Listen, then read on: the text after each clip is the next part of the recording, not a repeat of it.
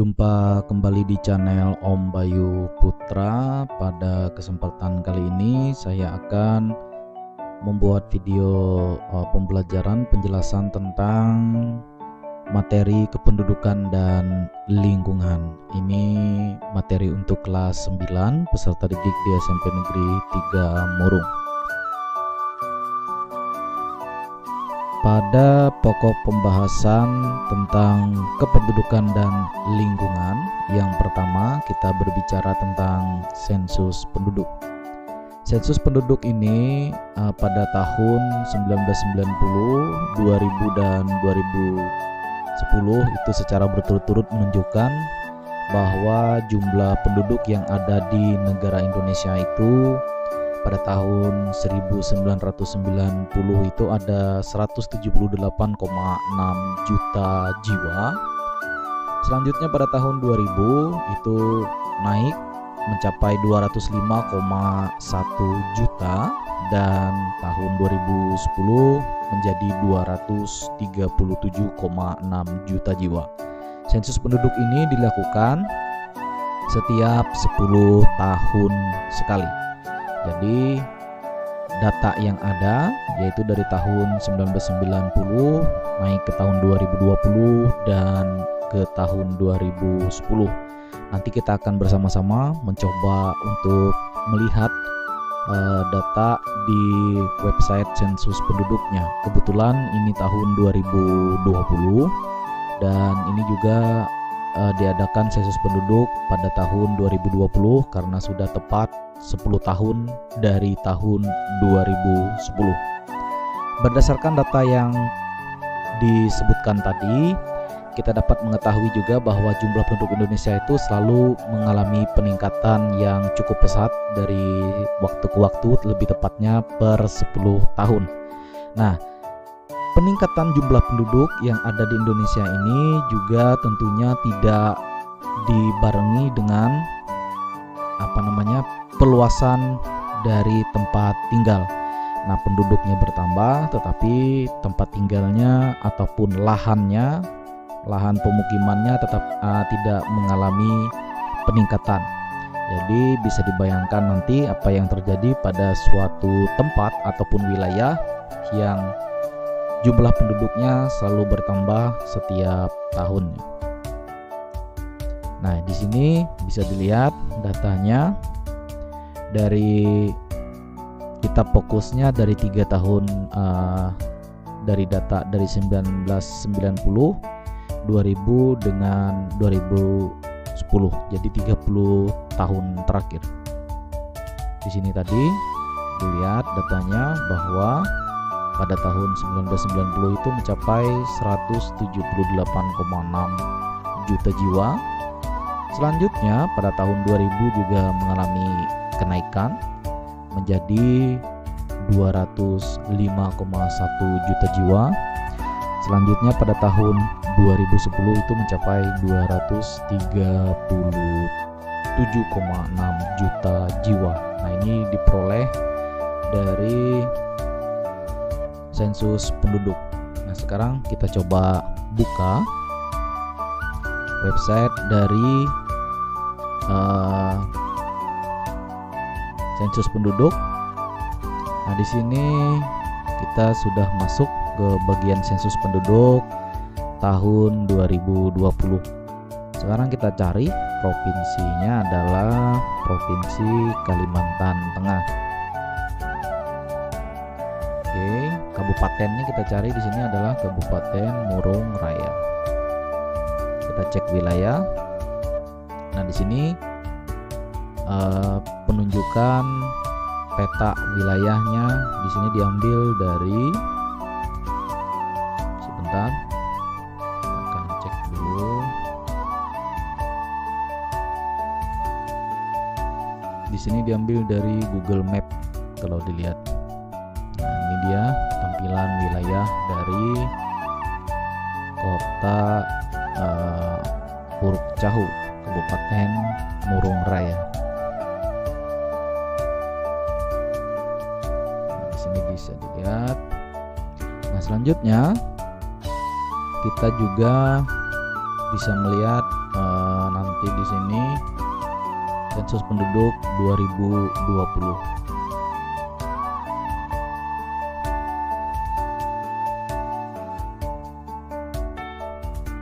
Peserta didik sekalian, kemungkinan besar kalian sudah dilakukan sensus penduduk di Desa Muara Untu, terlebih tepatnya kemarin Bapak di Kota Puruk Cahu juga sudah dilakukan sensus penduduk.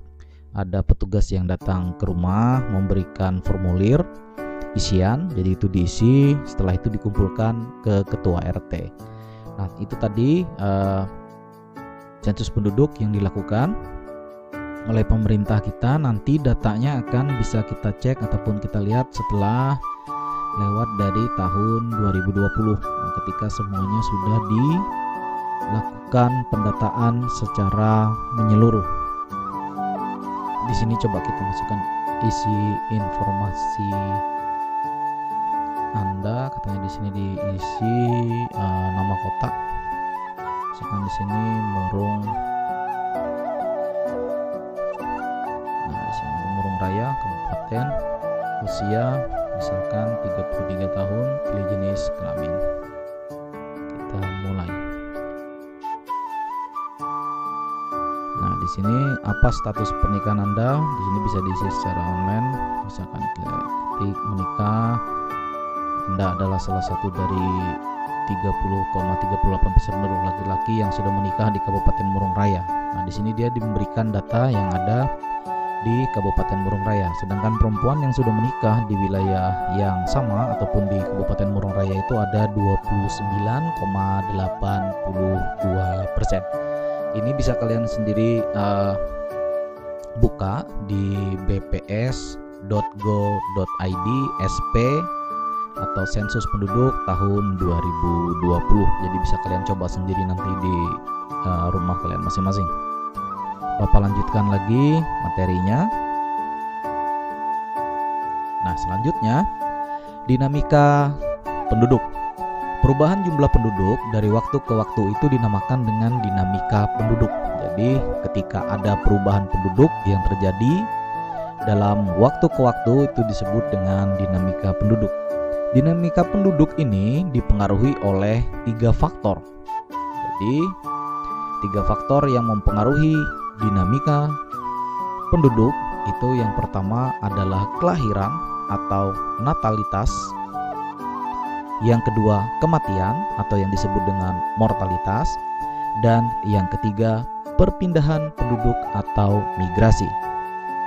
Nah, di sini kita bisa lihat bahwa tadi perubahan jumlah penduduk itu dari waktu ke waktu itu disebut dengan dinamika penduduk. Setelah itu dinamika penduduk ini ada 3 faktor yang mempengaruhi. Faktor pertama itu kelahiran atau natalitas, kematian atau mortalitas, dengan perpindahan penduduk migrasi. Sekarang Bapak ajak kalian untuk membayangkan, misalkan di dalam suatu daerah, salah satu contoh kita ambil Desa Muara Untu, tempat sekolah kita berada. Di Desa Muara Untu ini ada 3 dinamika penduduk yang mempengaruhi. Contoh misalkan di dalam Desa Muara Untu itu ada 10.000 jiwa. 10.000 jiwa di dalam Desa Muara Untu itu, baik Muara Untu 1 ataupun Muara Untu 2, ada 10.000 orang. Nah, dari 10.000 orang ini ada 3 faktor yang mempengaruhi dinamika penduduk. Yang pertama, kelahiran. Tentunya setiap hari atau setiap minggu atau setiap bulan di Desa Muara Untu itu pasti ada masyarakat ataupun ibu yang melahirkan. Ataupun misalkan kalian punya adik baru lagi dari orang tua kalian ataupun dari ibu kalian, nah itu dinamakan dengan kelahiran ataupun natalitas. Nah, selanjutnya yang kedua, kematian atau mortalitas. Di dalam suatu desa, tadi dicontohkan Desa Muara Untu tadi, pasti ada yang meninggal. Nah, ketika ada yang meninggal itu juga termasuk di dalam dinamika penduduk. Yang bagian ketiga ini adalah perpindahan penduduk. Tidak selamanya masyarakat Muara Untu itu tinggal di Muara Untu. bisa saja mereka melakukan migrasi ataupun perpindahan penduduk. Contoh, mereka pindah ke Puruk Cahu. Karena apa nih? Bisa juga karena faktor ekonomi, mereka mencoba berusaha membuka usaha baru di kota Puruk Cahu, ataupun mereka pindah karena pekerjaan, atau mereka pindah mengikuti suami, ataupun mereka pindah mengikuti istri mereka. Nah, jadi dikatakan itu juga termasuk ke dalam dinamika penduduk. Selanjutnya, nah, untuk kelahiran atau natalitas ini, untuk mengetahui jumlah kelahiran hidup setiap 1000 penduduk di suatu wilayah dalam kurun waktu 1 tahun. Nah, perlu diingat bahwa dalam kurun waktu 1 tahun. Untuk mengetahui jumlah kelahiran bayi yang hidup setiap 1000 penduduk di suatu wilayah dalam kurun waktu 1 tahun, maka perlu dilakukan penghitungan dengan cara berikut ini. Untuk mengetahui angka kelahirannya, jumlah bayi yang lahir dalam 1 tahun dibagi jumlah penduduk dikali 1000.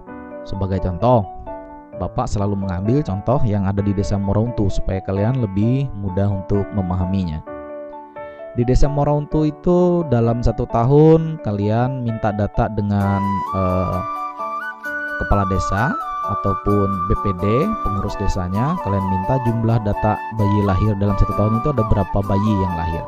Setelah itu baru kalian bagi dengan jumlah penduduk yang ada di Desa Morauntu, kemudian dikalikan 1000.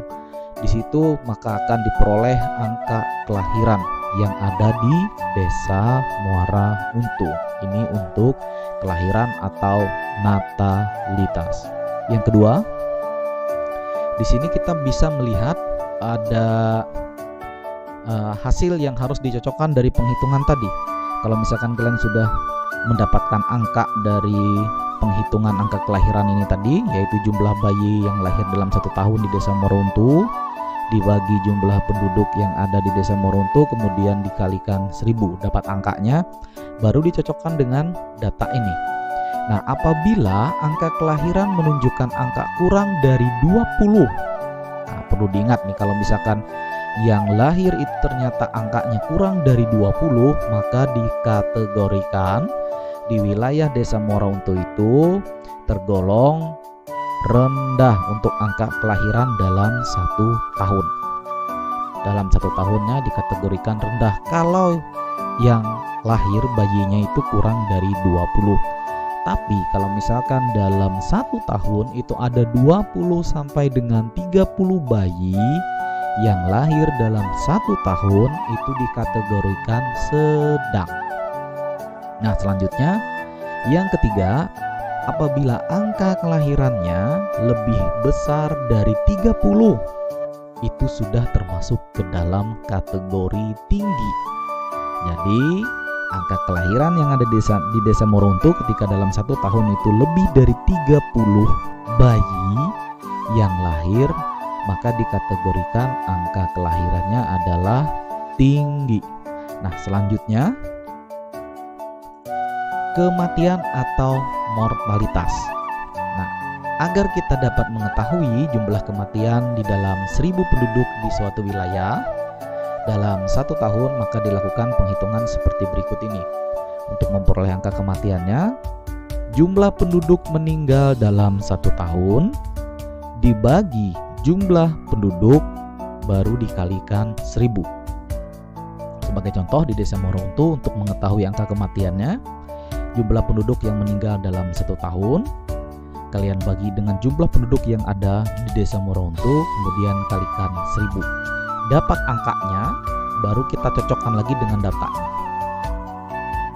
Kalau misalkan angka kematian pada Desa Morauntu diperoleh angkanya itu kurang dari 14 dalam 1 tahun, berarti dikategorikan rendah. Angka kematian yang ada di wilayah tersebut itu dikategorikan rendah. Ingat, kalau kurang dari 14 yang meninggalnya dalam 1 tahun, berarti dikategorikan rendah. Nah, apabila angka kematiannya menunjukkan angka antara 14 dan 18, berarti intervalnya antara 14 sampai dengan 18, maka angka kematian di wilayah tersebut tergolong sedang.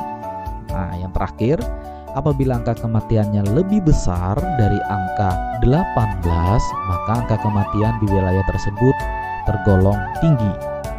Nah, ini dia yang menjadi acuan untuk penggolongan angka kematiannya. Bapak tekankan sekali lagi, kalau kurang dari 14 itu rendah, kalau antara 14 sampai 18 orang yang meninggal dalam 1 tahun itu sedang, tetapi kalau lebih dari 18 orang yang meninggal dalam 1 tahun itu tergolong tinggi. Selanjutnya, perpindahan penduduk atau migrasi.